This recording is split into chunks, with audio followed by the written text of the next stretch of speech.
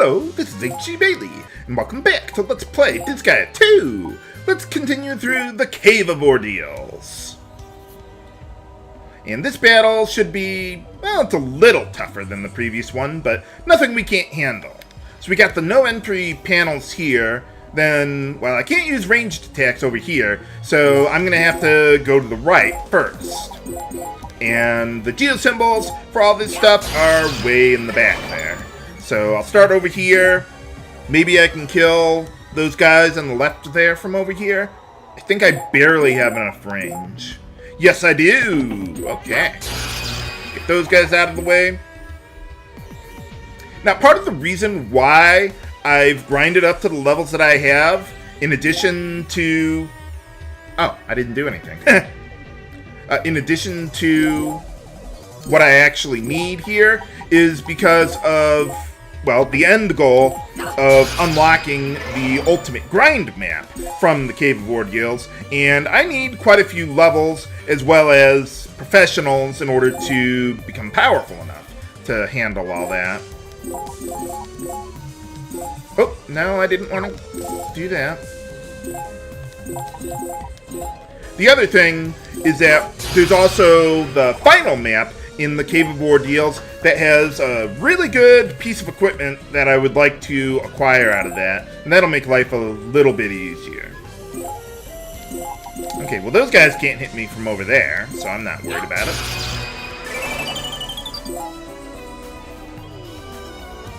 There's also the Dark World that I want to do while I'm in Adele mode, because it has one of the, or what is going to be, one of my ultimate accessories in the game.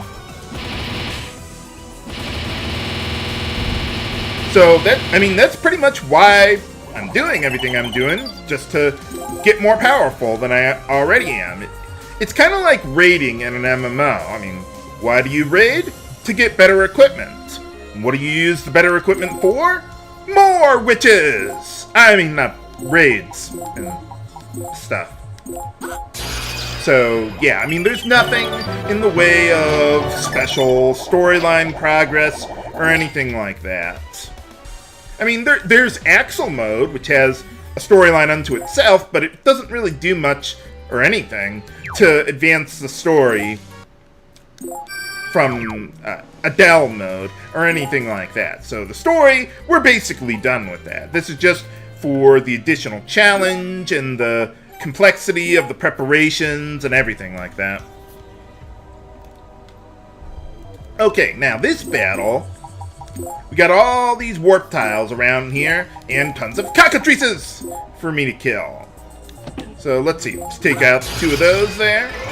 Awesome. Now, what I want to do is, while I'm warping around, eventually I want to get to the middle area, because we got all these platforms that are connected to each other, and that'll make it a lot easier for me to move around where I want to. And then I can just pick off the cockatrices one at a time. And yeah, you saw there, you want to watch out for them, because these cockatrices have range. They're free-range cockatrices. I don't even know what that means. I'm an engineer, not a farmer. I mean, I'm guessing it has something to do with farming. Man, the game really doesn't want me to get into the middle there today, huh? I was practicing this earlier and I couldn't get through all that. Can you warp me somewhere useful? I suppose I could have someone... Why am I not warping at all? I mean, at all. I mean, what are the odds of that 2 times in a row like that?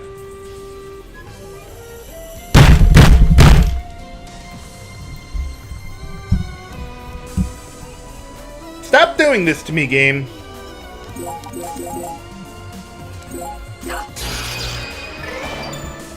Well, I've almost killed all of them, so at this point I guess it doesn't really matter.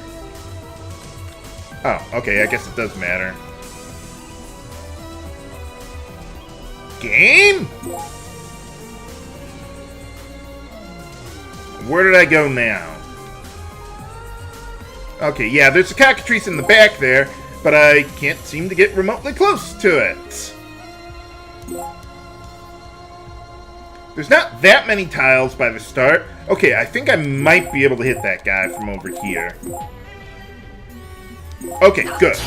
Got him.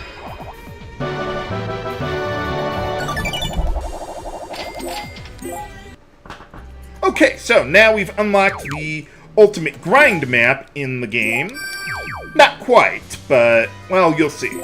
I'll show you what we got going on there. Okay, so in this map, we got all those geopanels in the middle for getting a lot more experience from these guys, and they're all nice and tightly bound up there. And the way I like dealing with them for now is to just use 2x2 star spells. Back away so the enemies won't try to attack you. And then get back in position and take out the other group of them. There is an easier way of doing this in the remakes, and I will be using that eventually, but we don't have access to it right now until we go through, what was that? Axle mode. So, you can also obviously use stronger enemy builds to make the enemies a lot more powerful, and you can get more experience out of them. Okay, so, well, you know what? Hold on a second. Let me make a save here. Yeah, there. And, well, let's show you what the end goal is here in the Cave of Ordeals. I'm not going to be able to do it right now, but I'll show you what we got. But anyway, we got all these enemies here, but I don't really care about those guys because we need to get over here as quickly as possible. They got these platforms that are like 6 tiles away, or maybe not quite 6, but you're going to need some heavy knights to get all the way over here. Then follow the serpent here all the way to the boss, who has the Arcadia, which is the ultimate emblem in the game. Maybe not the ultimate accessory, but it's pretty good. I want to get a rarity 0 version of that. But the thing is that over here, we got this no entry geo symbol that'll move over here in 3 turns. So I can't just sit around here killing these guys, because by the time I'm done with them, we'll have no entry on these tiles and the invincibility geo symbol, so I'm screwed and I can't win the battle there. So we need to get over there, kill that guy, and then kill these guys on the way back out. Oh, and I also want to steal the Arcadia there, obviously. So that's what I have in mind here for the Cave of Ordeals. The other thing I have in mind is the Dark World, and I'll be going over that in more detail when I get to that point. But yeah, I can't do anything with this right now. But what I do want to do is start grinding up my other Space Knights there. So let's see, I need to pass a bill to make that a little easier. Yeah, let's get the eyewear going there. The thing is that when you're at level 1, even with the Testament, it can be kind of hard to hit some enemies. So you want to get some glasses to help out with that. So let's see, yeah, we got the Foresight, which is the ultimate pair of glasses that you can buy in the game. If you don't have the Testament, or the Legendary Testament that I got, I would buy another pair of those. I might still want to buy another pair of those. Let me see. We got that. And yeah, it's a little better than the Testament there, but oh, hey, we got a lever specialist there. Well, yeah, what happens is that whenever you equip a piece of equipment on someone for a sufficient number of battles there, it might randomly generate a lever specialist, depending on what your job class is, or for storyline characters. Like, I've got Rune Knight lever here, but like for a storyline character, it would be like Adele lever, or Rosalind lever, or whatever. And what they do in general is they improve whatever the passive ability is of your job class. So in this case, my passive ability for Rune Knights is that they boost elemental damage by 25%. So for every lover specialist that I get, for every level of them, it increases that by 1% up to a maximum of 25%. And let's see.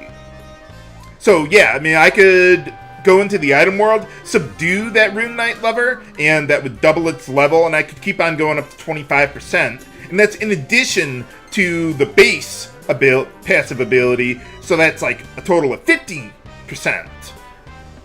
boost to your elemental damage. It is obscenely good.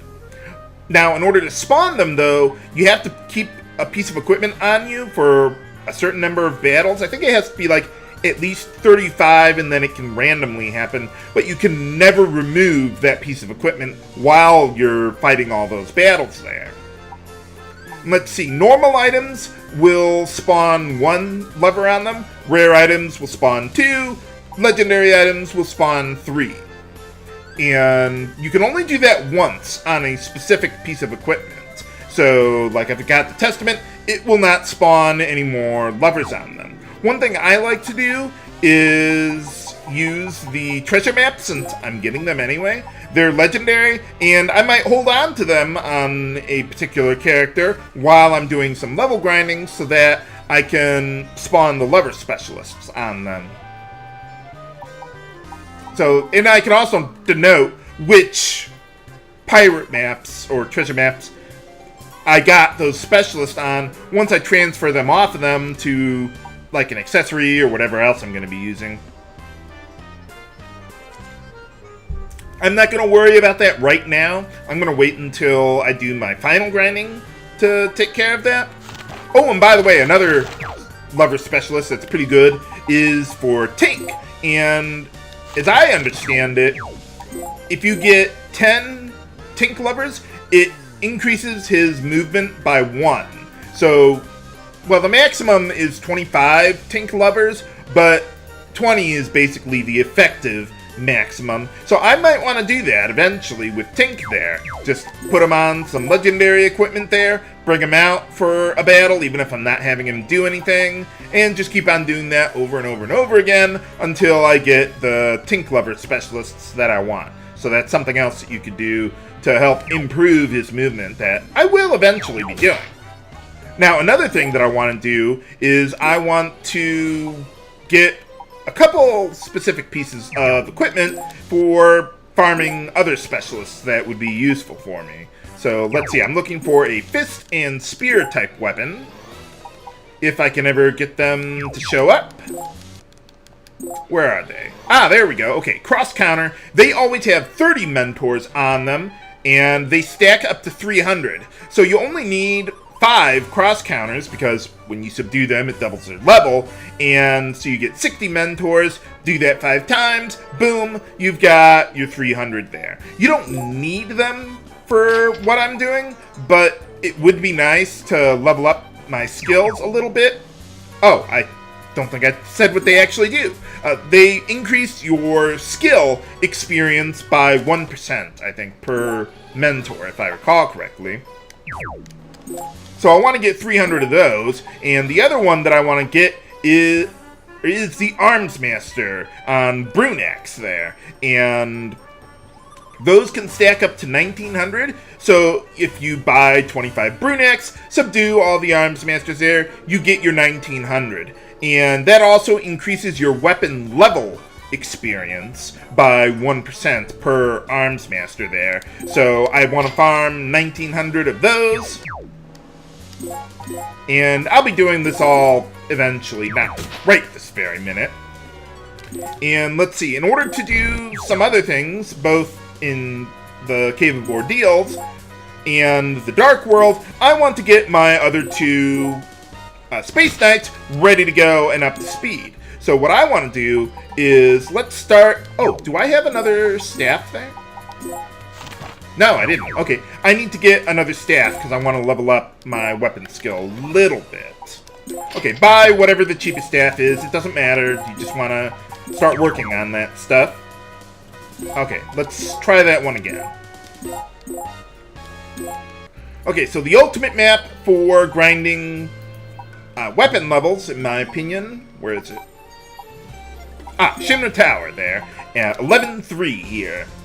And the reason why this map is so good for that is because you got the reverse damage geo effect going on here. And you could just have your characters hit each other over and over and over again while you're leveling up their weapons, and I can level up their skills a little bit too. So let's get those two guys over there and beat each other senseless. Since we got the reverse damage in effect, or deal effect, whatever. I can just do this over and over and over again. Oops. Yeah, I can just do this over and over again until I get my star spells up to their 4th AoE, so that way I can do the 2x2 effect. Yeah, there it is. So I want to unlock that for them, and then I'm going to reincarnate them into a red and blue skull. And then I'm going to level them up to 160 to learn the Peta spells, and then reincarnate them into Space Knights, and then I'm going to grind them up to level 300 along, well, Lloyd has already done it, but I'm going to level those two up to level 300. Where are they? Yeah, at the Cave of Ordeals 4 map. So you want to start leveling up at 9-2 here, like I was doing earlier, and then we go to the Cave of Ordeals to get up to level 300, and that should be enough levels to handle going through the item world with the cross counters and Bruenacks to farm all the specialists that I want from there. And then once I've gotten all the Armsmasters, I want to level everyone's staff skill up to 255. That's the max. And that'll take quite a while, even with all the Armsmasters, but it's totally worth it. And while you're doing the grinding, what I'm going to do is I'm just going to have my skulls whack each other upside the head over and over and over again. Don't even bother casting a spell. Just use a physical attack on each other. And I'll also want to pass an improved counterattack bill. Yeah, there it is. So I want to pass that so that way they can hit each other and potentially counterattack each other over and over and over again there, so that they can level up their weapon skills faster. And let's see, I'd also probably like to buy a couple Sage Staves for them as well, but I'm going to need a lot more money for that. And once I've gotten my 2 Space Knights up to level 300, I'll have so much money, I won't be able to spend all of it. So, yeah, Cave of Ordeals 4 gives a lot of money in addition to the experience and the mana that you get out of them for reincarnating there. And then I'll be ready for the final battle at the Cave of Ordeals there. Next time on Let's Play Disgaea 2! I may take a day off while I'm doing all this grinding, because it's going to take a while. And I'll try to remember to list all of this in the video description so you can keep it on hand if you're following along with me on all that. This is H.C. Bailey, signing off. Have a good day!